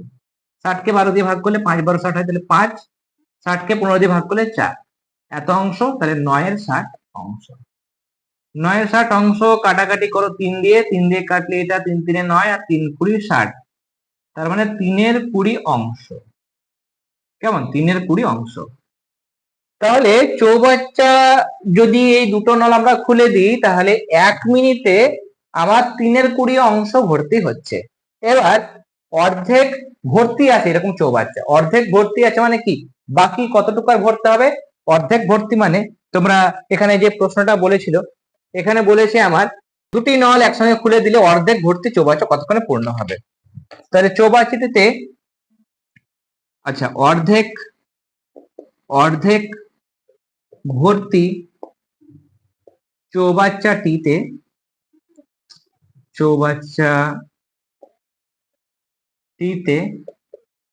জল ভরতে হবে কতটা ভরতে হবে? মোট হাতে এক অংশ, তার মধ্যে আমার অর্ধেক জল আছে, মানে 1/2 অংশ জল আছে, তাহলে 1/2 আমরা বাদ দেব। অংশ 1 থেকে 1/2 অংশ যদি বাদ দাও, দেখবে লসাগু হচ্ছে 2, তাই না? এটা লসাগু কত হয়? 2, 2 কে 2 বিয়োগ 1, এটা একটা লাইন করবে, নিয়ে 2 থেকে 1 বিয়োগ করে 1, মানে 1/2 অংশ। আর সোজা কথা হচ্ছে অর্ধেক ভর্তি আছে আর অর্ধেকটা লাগবে। কতটা জল ভর্তি করতে হবে? অর্ধেক অংশ ভর্তি করতে হবে। এবার বাকি সমাধানটা আমরা ঐকিক নিয়মেও করতে পারি বা ত্রৈরাশিক পদ্ধতিতেও করতে পারি। আমি এখানে ঐকিক যে পদ্ধতি সেটাতে করছি। দেখো, 3-এর 2টি নল দিয়ে, এবার আমরা আসবো যে 2টি নল দিয়ে, আমরা তো জানি যে 2টি নল দিয়ে 3-এর 20 অংশ জল ভর্তি হয় কত মিনিটে? 3-এর 20 অংশ ভর্তি হয় 1 মিনিটে। তাহলে 1 মিনিটে। কেমন? তাহলে 2টি নল দিয়ে 1 অংশ জল ভর্তি হয় কত? 1/3-এর 20 এত মিনিটে। এবার 2টি নল দিয়ে আমাকে তো পুরোটা ভর্তি করতে হবে না, 1/2 অংশ ভর্তি করতে হবে। অর্ধেক জল ছিল আর বাকি অর্ধেকটা ভর্তি করতে হবে। তাহলে 1/2 অংশ জল ভর্তি হয়। ভাগ চিহ্নকে গুণ করতে গেলে পাশে ভগ্নাংশটা উল্টে যায়, তাহলে 20-3 হয়ে যাবে। 3-এর 20টা 20-3। যাই হোক, এই লাইনে ভাগ হয়েছে, তার মানে পরের লাইনে কি হবে? গুণ হবে, তাহলে গুণ 1/2, তাহলে গুণ 1/2 এত মিনিটে। কাটাকাটি করো, 10, তাহলে উপরে 10 নিচে 3, তার মানে হয়ে যাচ্ছে 10-এর 3 মিনিটে সমান 3-3 9, 3 পূর্ণ 1/3 মিনিট, এটা হবে আনসার। এবার মিনিট আর সেকেন্ড তুমি চাইলে আলাদা করে নিতে পারো। এটাকে আবার কি করবে? এটাকে আমি এখানে করে দিচ্ছি সমান, এটা লেখার পরে 3 মিনিট 1/3 মিনিট ইন্টু 60 করে নেব। কেন সেকেন্ড করে নেব? 1 মিনিট মানে 60 সেকেন্ড, তাহলে 1/3 মিনিট মানে কত করব? এটার সঙ্গে গুণ করব। 1 মিনিট মানে 60 সেকেন্ড, 2 মিনিট মানে 2 গুণিত 60 সেকেন্ড, 3 মিনিট মানে 3 গুণিত 60 সেকেন্ড, সেরকম 1/3 মিনিট মানে 1/3 গুণিত 60 সেকেন্ড, তাহলে এত সেকেন্ড। এটা কাটাকাটি করো, তাহলে 3-20 60। তার মানে আমরা ফাইনাল আনসার যেটা পাচ্ছি, আমাদের আনসার পাচ্ছি যে 3 মিনিট 20 সেকেন্ড। এটা এবার আমাদের ল্যাঙ্গুয়েজে কি লিখতে হবে? লিখবে যে অতএব 2টি নল একসঙ্গে খুলে দিলে অর্ধেক ভর্তি চৌবাচ্চা 3 মিনিট 20 সেকেন্ডে ভর্তি হবে। তাহলে এরকম ভাবে ল্যাঙ্গুয়েজে তোমরা আনসারটি লিখবে। এরপরে আমরা 5-এর দাগের প্রশ্নগুলো সলভ করে নেব। প্রথম প্রশ্ন বলছে যে একটি আয়তক্ষেত্রের দৈর্ঘ্য 20% বৃদ্ধি করা হলো এবং প্রস্থ 20% হ্রাস করা হলো, আয়তক্ষেত্রের ক্ষেত্রফল শতকরা কত বৃদ্ধি বা হ্রাস পেল? এখানে আচ্ছা, এটার একটা শর্ট ট্রিক রয়েছে, সেটা আমরা এটা সমাধান করে নিই, তারপর বলে দেবো। কেমন? সেটা শুধুমাত্র আনসার জানার জন্য, ঠিক আছে? বা যখন তোমরা বড় হয়ে কম্পিটিটিভ পরীক্ষা দেবে, প্রতিযোগিতামূলক পরীক্ষাগুলো দেবে, তখন অ্যাপ্লাই করতে পারবে। দেখো, মনে করি বা ধরি আয়তক্ষেত্রটির আমি আজকের ক্লাসে এই ল্যাঙ্গুয়েজগুলো লিখে দিচ্ছি, এরপর বলে দেব। আশা করি তোমাদের কোনো অসুবিধা হবে না। যদি অসুবিধা হয় তাহলে তোমরা কমেন্ট সেকশনে জানাবে, তাহলে নেক্সট ক্লাসগুলোতে আমি লিখে করবো। তার কারণ লিখে যদি করি তাহলে সেক্ষেত্রে লেন্দি হয়ে যাচ্ছে, ক্লাসটা অনেকটাই বড় হয়ে যাচ্ছে। আর যদি না লিখি, আমি যদি মুখে বলে দিই, তোমরা যদি লিখতে পারো, তাহলে আমারও সুবিধা হয়। যাই হোক, তোমাদের যেটা সুবিধা হবে অবশ্যই জানাবে, তোমাদের মতামতটা অবশ্যই আমি ভাববো। ধরি আয়তক্ষেত্রটির দৈর্ঘ্য সমান, আমি ধরলাম x একক ও প্রস্থ সমান y একক। অতএব আয়তক্ষেত্রটির ক্ষেত্রফল কত? ক্ষেত্রফল মানে তোমরা জানো দৈর্ঘ্য গুণ প্রস্থ, তাহলে x ইন্টু y মানে xy বর্গ একক। কেন বর্গ একক? তার কারণ হচ্ছে তুমি যদি এটা মিটার লিখতে, x মিটার, এটা y মিটার, তাহলে তুমি লিখতে বর্গ মিটার। এটা যদি সেন্টিমিটার হতো, এটাও সেন্টিমিটার, তাহলে লিখতে বর্গ সেন্টিমিটার, তাই না? একক একক গুণ হয়ে যাচ্ছে, তার মানে বর্গ একক। মিটার মিটার গুণ হয়, তার জন্য বর্গ ডাবল আছে, স্কোয়ার আছে। তাহলে এত বর্গ একক হচ্ছে আয়তক্ষেত্রের ক্ষেত্রফল। এবার প্রশ্নে বলেছিল যে আয়তক্ষেত্রের দৈর্ঘ্যটা 20% বাড়ানো হবে আর প্রস্থটা 20% কমানো হবে। তাহলে আয়তক্ষেত্রটির দৈর্ঘ্য আয়তক্ষেত্রটির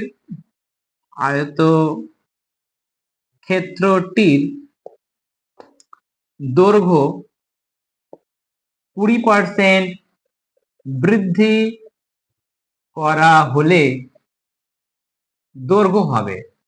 দেখো এটা দুটো লাইন করা যায়, দৈর্ঘ্য হবে, বলে দিচ্ছি দৈর্ঘ্য হবে। কতটা দৈর্ঘ্য বাড়বে সেটা আমি আগে করতে পারি। কতটা দৈর্ঘ্য বাড়বে, দেখো কোন জিনিসের 20% বাড়বে, তাহলে এক্স ছিল তার 20%, মানে 20% তুলতে গেলে 100 দিয়ে ভাগ, এটা বাড়বে। এটা কি হবে, বাড়বে। এক্স এর 20% বাড়বে মানে এক্স গুণ 20 নিচে 100% তুলছে, তাই জন্য 100 দিয়ে ভাগ। এবার হবে কত, ধরো কোন একটা জিনিসের দাম আছে 100 টাকা, 20% বাড়বে, তাহলে কত টাকা বাড়বে, 20 টাকা বাড়বে। বেড়ে হবে কত, তাহলে 100 আর 20 যোগ করে বলবে তুমি 120 টাকা। তো আমি সেটাই লিখছি ডাইরেক্ট, যে দৈর্ঘ্য মানে 20% বৃদ্ধি করার পর দৈর্ঘ্য কতটা হবে, দৈর্ঘ্য বেড়ে কত হবে ফাইনাল।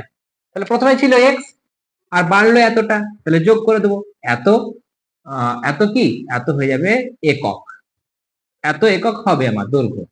এটা কত, দেখো এটা এক্স প্লাস শূন্য শূন্য কেটে দাও, 2 কে 2, 5 2 10, তাহলে x/5, এটা কত হচ্ছে x/5 এত একক সমান, এটা হয়ে যাচ্ছে 5, 5 এর সঙ্গে x গুণ মানে 5x প্লাস x মানে 6x/5 এত একক। এখানেও একক লিখবে, কেমন, তাহলে 6x/5 একক। এটা পরে আমার দৈর্ঘ্যটা বেড়ে হচ্ছে, আমার দৈর্ঘ্যটা পরে হচ্ছে কত, 6x/5।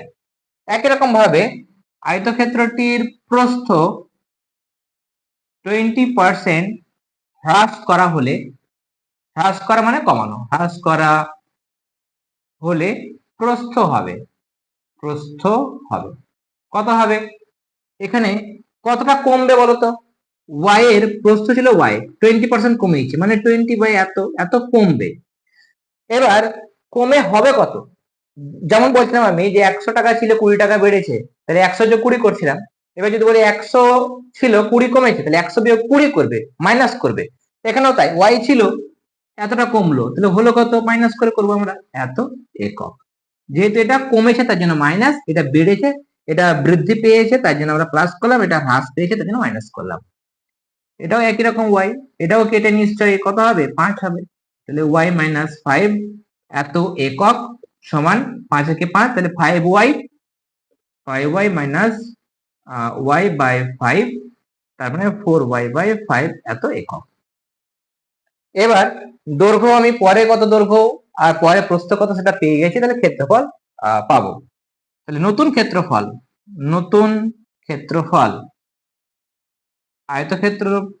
আয়তক্ষেত্রটির পরে ক্ষেত্রফল হবে, এরকম ভাবে লিখতে পারো। অতএব নতুন ক্ষেত্রফল আমি এরকমই লিখলাম, দৈর্ঘ্য কত, দৈর্ঘ্য হচ্ছে 6x/5 ইন্টু প্রস্থ কত 4y/5 এত বর্গ একক, বর্গ একক। কত হবে এটা, কাটাকাটি কিছুই যাচ্ছে না, তাহলে 4 6 24, 24 xy/5 5 25 এত বর্গ একক। তাহলে প্রথমে আমার ক্ষেত্রফল ছিল xy বর্গ একক, পরে 24xy/25 বর্গ একক, এটা হয়ে গেল আমাদের পরে ক্ষেত্রফল। তাহলে ক্ষেত্রফল দেখো, কোন জিনিসের লবের চেয়ে হর বড়, উপরে লব 24 নিচে হর 25, যদি 25 এর মানে 25 নিচেও 25 থাকতো, তাহলে 25 কে 25 দিয়ে ভাগ করে আমরা বলতাম xy, মানে 1 হতো তখন। তাহলে উপরে হর মানে লবটা ছোট, হর বড়, মানে নিশ্চয়ই এটা 1 এর থেকে ছোট, তাহলে ক্ষেত্রফল কমেছে। কতটা কমেছে, মাইনাস করলে পেয়ে যাব। অতএব ক্ষেত্রফল হ্রাস পাবে। এখানে পাবে না পেলো, কি বলেছে এখানে আমাদের ল্যাঙ্গুয়েজটা বলেছে, দেখো যে কত বৃদ্ধি বা পেলো, তাহলে হ্রাস পেলো লিখবো, ক্ষেত্রফল হ্রাস পেলো কত, xy ছিল প্রথমে, পরে 24xy হলো 24xy/25 এত বর্গ একক, মাইনাস মানে এটা নিচে কিছু নেই, মানে 1 আছে তাই না, তাহলে 25 25 কে নিচের 1 দিয়ে ভাগ করলে 25 হয়, 25 সঙ্গে xy মানে 25 xy মাইনাস 24 xy এত বর্গ একক সমান হয়ে যাচ্ছে কত? 25টা থেকে 24টা xy বাদ দিলে একটা xy থাকে, তাহলে এত বর্গ একক। এটা কমেছে। এবার ডাইরেক্ট আমরা শতকরা করব বা ঐকিক নামে করতে পারো। ঐকিক নামে করলে কি করবে, যে xy বর্গ এককে ক্ষেত্রফল কমেছে এত, 1 বর্গ এককে ক্ষেত্রফল কমেছে এটা, মানে এটা ভাগ xy, তাহলে 100 বর্গ এককে কমেছে কত। যেহেতু শতকরা তাহলে 100তে করতে হবে। আর চাইলে এই জায়গাটা ডাইরেক্ট করতে পারো যে অতএব শতকরা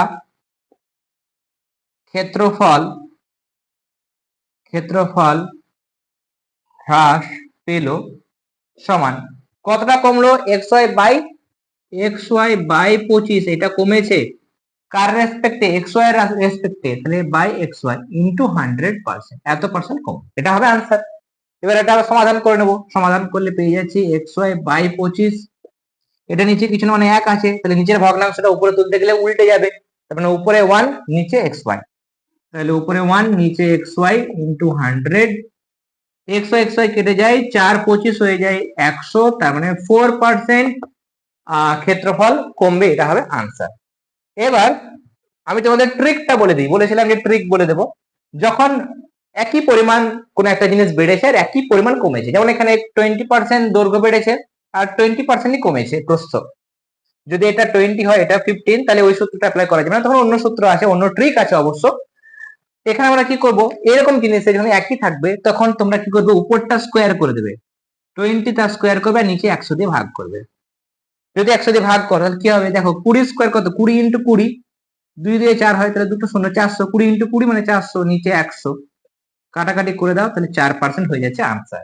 তোমাদের টেক্সট বুকে এই প্রশ্নটাই দিয়েছে, শুধুমাত্র এখানে 15 দিয়েছে, সেখানেও তুমি করতে পারবো। যদি এখানে আমি 15 দিয়ে করি, 15 স্কোয়ার কত হয়, 15 স্কোয়ার লিখবে, 15 স্কোয়ার হয় 225, নিচে 100 দিয়ে ভাগ করবে, এটা যদি ভাগ করো দেখো এটা হয়ে যাচ্ছে 2.25%, এরকমই आंसर থাকবে। বা 0.25 মানে কত, 0.25 মানে দেখো 2 লিখলাম, 0.25 মানে 25 নিচে 100, তার মানে 4 হয়, তার মানে 2 পূর্ণ 1 এর 4, এরকম ভাবে आंसर দেওয়া থাকতে পারে। যাই হোক এই ট্রিকটা তোমরা অ্যাপ্লাই করতে পারো, মানে যদি অন্য পার্সেন্ট দেয় তাহলে শুধুমাত্র আমার আনসারটা ঠিক হলো কিনা, যেমন এখানে 4%, আমি এই ট্রিকের সাহায্যে দেখে নিতে পারবো যে আমার আনসারটা ঠিক আছে কিনা। কেমন, তোমরা কিন্তু করবে না, শর্ট ট্রিক অ্যাপ্লাই করবে না কম্পিটিটিভ পরীক্ষায়, বা তোমাদের কোনো ট্যালেন্ট সার্চ পরীক্ষা হতে পারে যেখানে তোমাদের অপশন সিলেক্ট করতে হয়, সেগুলোতে তুমি এরকম ফর্মুলা অ্যাপ্লাই করে করতে পারো। এরপর দেখো নেক্সট কোশ্চেন বলছে যে 2 নম্বর প্রশ্ন 5 দাগে, একটি কাজ যদু ও মধু একা একা যথাক্রমে 10 এবং 15 দিনে করতে পারে, যদি যদু 4 দিন এবং মধু পরে 5 দিন কাজ করে চলে গেল, পরে পদ্মা এসে একা বাকি কাজটা 4 দিনে শেষ করলো, তাহলে যদু মধু এবং পদ্মা যদি একসঙ্গে কাজটা করতো তাহলে কত দিনে শেষ হতো। প্রথমে বলেছে যদু 10 দিনে একটা কাজ করতে পারে, তাহলে যদু যদু 10 দিনে 10 দিনে একটা কাজ মোট করতে পারে, মোট মানে এক অংশ, তাহলে যদু 10 দিনে করে এক অংশ, তাহলে যদু একদিনে কত করবে, একদিনে করবে 1/10 অংশ।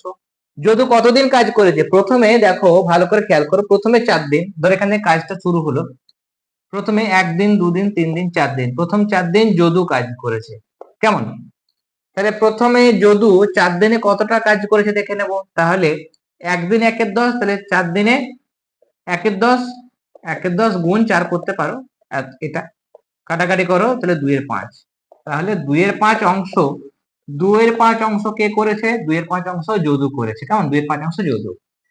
এরপরে মধু 5 দিন কাজ করেছে, 5 দিন একা কাজ করেছে, কেমন, আমি এখানে 1 2 3 4টে দাগ দিই, 4টে দাগ দিলাম, 1 2 3 4। এরপরে মধু করেছে 1 দিন 2 দিন 3 দিন 4 দিন 5 দিন, এটা কে কাজ করেছে, মধু। মধু বলছে প্রথম লাইনে বলেছে যে 15 দিনে একটি কাজ করতে পারে, তাহলে একই রকম ভাবে লিখবো যে মধু 15 দিনে করে 15 দিনে করে এক অংশ, যেহেতু মোট কাজ মানে এক অংশ করে, তাহলে মধু একদিনে কত করে, একদিনে করে 1/15 অংশ, 5 দিন কাজ করেছে, তাহলে 5 দিনে করে কত, তাহলে 5-এর 15 একবারে বসিয়ে দিচ্ছি আমি, একটা অংশ কাটাকাটি করবে, এটা হয়ে যাবে 1/3 অংশ, তাই না? 5 × 5 3 × 5 = 15, তাহলে 1/3 অংশ কাজ করে।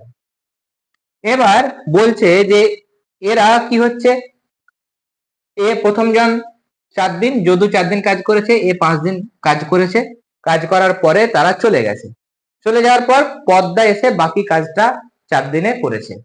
এবার আমরা দেখবো যে বাকি কাজটা করলো, বাকি কাজটা কতটা, এ করেছে এতটা, এ করেছে এতটা, তাহলে এইটা আর এইটা আমরা যোগ করব, নিয়ে 1 থেকে বিয়োগ করব, তাহলে আমরা পেয়ে যাব বাকি কাজ। তাহলে লিখবো বাকি কাজ, অতএব বাকি কাজ, মোট কাজ হচ্ছে 1, সেখান থেকে যদু করেছে 2/5 আর মধু করেছে 1/3, এই অংশটা বাদ দেব, আমার জায়গা হবে না, আমি ডান দিকেই করছি। 1 বিয়োগ 3 আর 5 এর লসাগু 15, তাহলে 15কে 5 দিয়ে ভাগ করে 3, তাহলে 3 দিয়ে 6, আর এটা হয়ে যাচ্ছে দেখো 3 × 5 = 15, 5। কেমন, মনোযোগ দাও, অ্যাটেনশন দিয়ে করো এগুলো, কেমন, একটু যদি মনোযোগ এদিক ওদিক হয় তাহলে কিন্তু তোমাদের বুঝতে অসুবিধা হবে। 6 আর 5 11, তাই না? 6 আর 5 হচ্ছে 11, তার মানে 1 বিয়োগ 11-র 15 অংশ, 15কে 15 থেকে 11 বাদ দিলে হয় 4-এর 15 অংশ। আমি একটা লাইন করলাম না, কেমন, তোমরা একটা লাইন করবে কি, নিচে 15 লিখবে, 15 বিয়োগ 11, নিচে 15 নিয়ে হয়ে যাবে 4-এর 15 অংশ। তাহলে বাকি কাজটা আমরা পেয়ে গেলাম 4-এর 15 অংশ। এবার এই কাজটা বলেছে কি যে পদ্মা 4 দিনে করলো, তার মানে পদ্মা নিশ্চয় 4 দিনে বাকি কাজ করেছে, তার মানে পদ্মা নিশ্চয়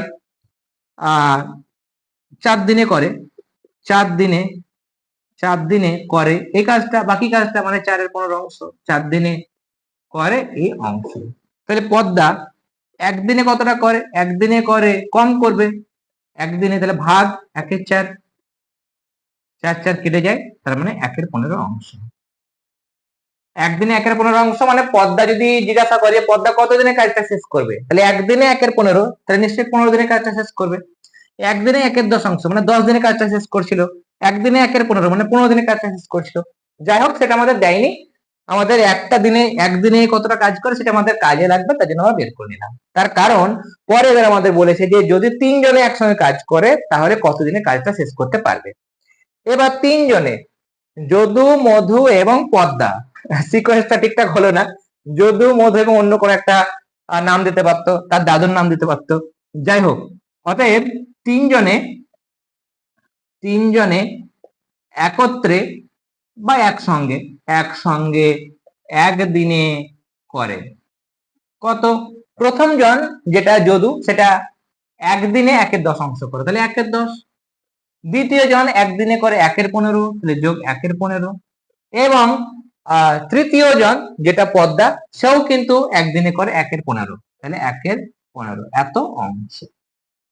এবার যোগ করো, দেখো 10 এবং 15 যদি লসাগু করা হয় তাহলে হয়ে যাবে 30, তোমরা করবে, দেখো 10 15 আর একটা 15 আছে, 5 দিয়ে করবে, 5 দিয়ে 10, 3 × 5 = 15, 3 × 5 = 15, 3 দিয়ে করবে 2 1 1, তাহলে 3 × 5 = 15, 15 দিয়ে 30, তাহলে 30 হবে, তাহলে 30 কে 10 দিয়ে ভাগ করলে 3 × 10 = 30, তাহলে উপরে 3, 30 কে 15 দিয়ে ভাগ করলে 2, 2 কে 2, আর এটাও হয়ে যাচ্ছে 2, এত অংশ, 3 আর 2 হয়ে যাচ্ছে 5, 5 আর 2 7, তার মানে 7-এর 30 অংশ।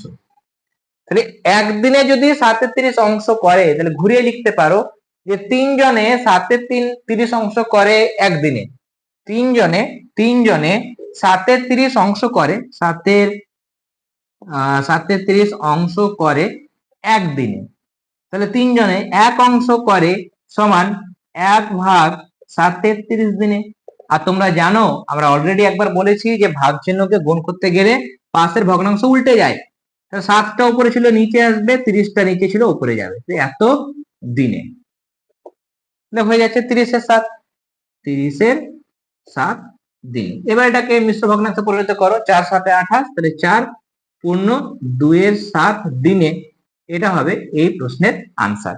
ক্লাসটা অনেকটা লেন্দি হয়ে গেছে, আর একটা প্রশ্ন সলভ করে নেব, তারপর আমরা আজকে ক্লাসটা শেষ করব। 5-এর 3 বলেছে আমাদের যে রশিদপুরের মহেশ গোয়ালা তার 8টি গরুকে 15 দিন ধরে 4 কাহন খড় খাওয়ালেন, এই হিসেবে বর্ষার দিনে 10টি গরুকে 72 দিন খাওয়াতে কত কাহন খড় মজুত রাখতে হবে ত্রৈরাশিক পদ্ধতিতে নির্ণয় করো। ত্রৈরাশিক পদ্ধতি মানে আমাদের একদম নীতিবাক্যের মধ্যে লিখতে হবে, সেটা হচ্ছে গণিতের ভাষায় সমস্যাটি হলো, গণিতের ভাষায় সমস্যাটি হলো।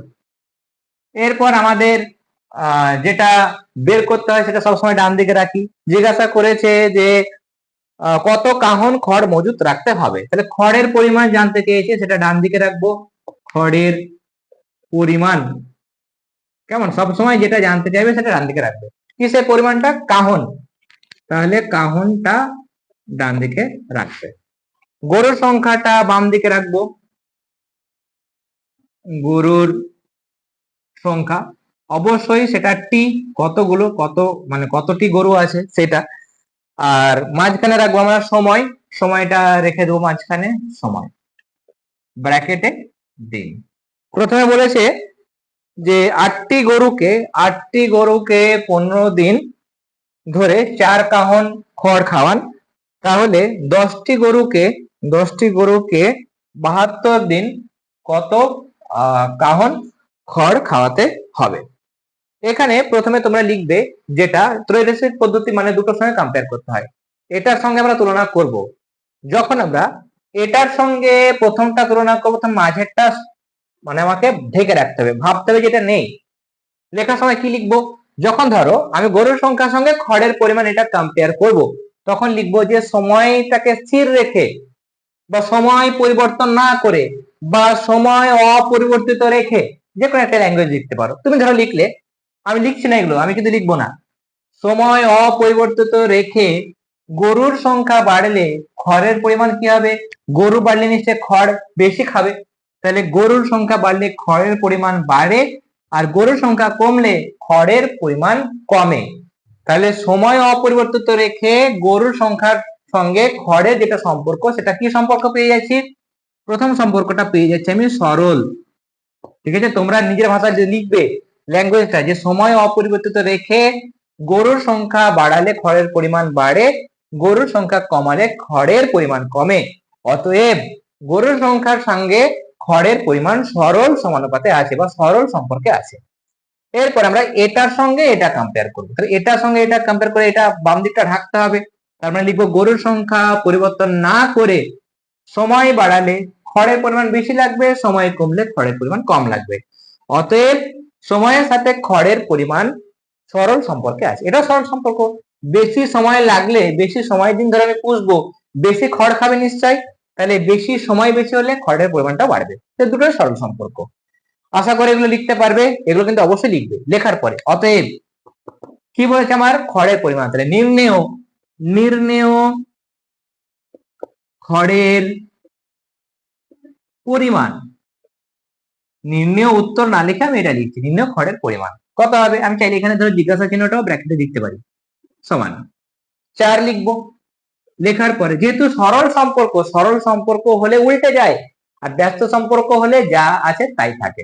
যেমন এটা সরল সম্পর্ক মানে উল্টে যাবে মানে 8 ওপরে ছিল, 8টা নিচে লিখবো, 10 নিচে ছিল সেটা চলে যাবে উপরে। কেন এটা হলো? তার কারণ হচ্ছে এটা সরল সম্পর্ক। তুমি ভাবো, 8টা গরুতে যা খড় লাগবে, একটা গরুতে কম লাগবে, তাহলে 8টা গরুতে 4 কাহন খড় লাগে, একটা গরুতে 4/8, নিচে 8 চলে আসছে, বুঝতেই পারছো। একটা গরুতে যদি 4/8, তাহলে 10টা গরুতে গুণ 10, তার জন্য 10টা উপরে চলে আসছে। কেমন? এটা মনে রাখবে। আর যদি ব্যস্ত হতো তাহলে উপরে 8 বসতো, নিচে 10 আসতো। এটাও দেখো সরল সম্পর্ক, মানে কি এখানেও সে একই কেস। কি হবে? উপরে 72, নিচে হয়ে যাবে 15। এবার আর কিছুই নয়, কাটাকাটি করো, ঘ্যাঁচ 4 একে 4, 4 2 8, দেখো 2 দিয়ে কাটবো, 2 কে 2, 5 দিয়ে 10, 3 5 15, এটা হয়ে যাচ্ছে দেখো 3 24 72। কত পেয়ে যাচ্ছি আমি? 24। তাহলে সমান কত হয়ে যাচ্ছে? 24। 24 কি কাহন। এবার জাস্ট ল্যাঙ্গুয়েজটা তোমরা লিখে দেবে। ল্যাঙ্গুয়েজটা আমি বলে দিচ্ছি, তোমরা এখানে অতএব দেবে, অতএব দেওয়ার পর লিখবে যে অতএব এই হিসেবে বা অতএব বর্ষার দিনে 10টি গরুকে 72 দিন খাওয়াতে 24 কাহন খড় মজুত রাখতে হবে। তাহলে আজকে আমরা দেখো 5 দাগে পর্যন্ত সলভ করলাম। ক্লাসটা অনেকটাই লেন্দি হয়ে গেছে। এরপরে বাকি যে প্রশ্নগুলো আছে সেগুলো আমি নেক্সট ক্লাসে সলভ করব। নেক্সট ক্লাসের মধ্যে দেখো কিছু উপপাদ্য আছে। উপপাদ্য আমরা সেকেন্ড সামেটিভে বেশ কয়েকটি উপপাদ্য সলভ করে দিয়েছিলাম। থার্ড সামেটিভে যে উপপাদ্যগুলো আছে সেগুলো আমি প্রশ্নবিচিত্রা চলাকালীন সলভ করব, না তোমাদের পরবর্তী যখন ক্লাস প্রোভাইড করা হবে, হয়তো উপপাদ্য আমরা ক্লাস দিলাম, উপপাদ্য এবং তার সঙ্গে উপপাদ্যের মধ্যে যেগুলো প্রয়োগ আছে বা এক্সট্রা উপপাদ্য আছে সেগুলো সম্পর্কে আলাদা ক্লাস দিলে ভালো হয়, না প্রশ্নবিচিত্রা চলাকালীন আমি নেক্সট ক্লাসে, যেমন এখানে ধরো অনেক উপপাদ্য দেওয়া হয়েছে, সেগুলো আমি এই প্রশ্নবিচিত্রা সলভ করাকালীনই কি সলভ করবো, না কি করলে তোমাদের ভালো হয়, উপপাদ্যের জন্য আলাদা ক্লাস দিলে ভালো হয়, সেটা তোমরা অবশ্যই কমেন্ট করে জানাবে। তাহলে আমারও সুবিধা হবে, সেভাবে আমি ক্লাস প্রোভাইড করবো। যদি বলো যে না প্রশ্নবিচিত্রাতে যেমন আছে স্যার পরপর সলভ করবেন, উপপাদ্যগুলো করে দেবেন এই ক্লাসে, তাহলে আমি সেভাবেই করবো। আর যদি অনেকে কমেন্ট করো যে না আমি স্যার উপপাদ্যের আলাদা ক্লাস দেন, তাহলে সেভাবে আমি আলাদা করে উপপাদ্যের ক্লাসগুলো করবো। তাহলে বাকি যে প্রশ্নগুলো আছে সেগুলো সলভ করে দেবো, শুধুমাত্র উপপাদ্যগুলো আমরা অন্য কোনো ক্লাস প্রোভাইড করবো, যেখানে প্রশ্নবিচিত্রা থেকে যত যত উপপাদ্য আছে সেগুলোর ক্লাস আমরা পরপর দেবো। তাহলে চলো আজকে আমরা এতটা পর্যন্ত আলোচনা করলাম। আশা করি আমাদের আজকের ক্লাসটি তোমাদের ভালো লেগেছে। তাহলে অবশ্যই ক্লাসটিতে লাইক দেবে, বেশি বেশি করে আমাদের ক্লাসগুলো তোমাদের ফ্রেন্ড সার্কেলের মধ্যে অবশ্যই শেয়ার করবে। তার সঙ্গে তোমরা নিজেদের পরিচয়টাও দেবে, তার কারণ অনেকে যেটা কমেন্ট করো, কমেন্টে হয়তো তোমাদের বাবা বা মায়ের বা অন্য কারো নাম লেখা থাকে, তাই জন্য তোমাদের পরিচয়টা আমরা জানতে পারি না। তোমরা অবশ্যই তোমাদের ক্লাস তো অবশ্যই ক্লাস 8, তার সাথে তোমরা কোন জেলাতে থাকো, তোমাদের বাড়ি কোথায়, বিশেষ করে কোন জেলা, ডিস্ট্রিক্টের নাম লিখলে, তোমার নাম লিখলে, তাহলে একটু আলাপ পরিচয়টা হবে আর আমাদের ভালো লাগবে। তোমরা অবশ্যই কমেন্ট সেকশনে কমেন্ট করে তোমাদের নাম, কোন ডিস্ট্রিক্টে পড়ো বা তোমাদের কোন স্কুল, সেটা অবশ্যই কমেন্ট করে জানাবে। আর আজকের ক্লাসটাতে অবশ্যই তোমরা লাইক দেবে। তাহলে আজকের ক্লাসে এতটাই। তোমরা সবাই ভালো থেকো। All the very best.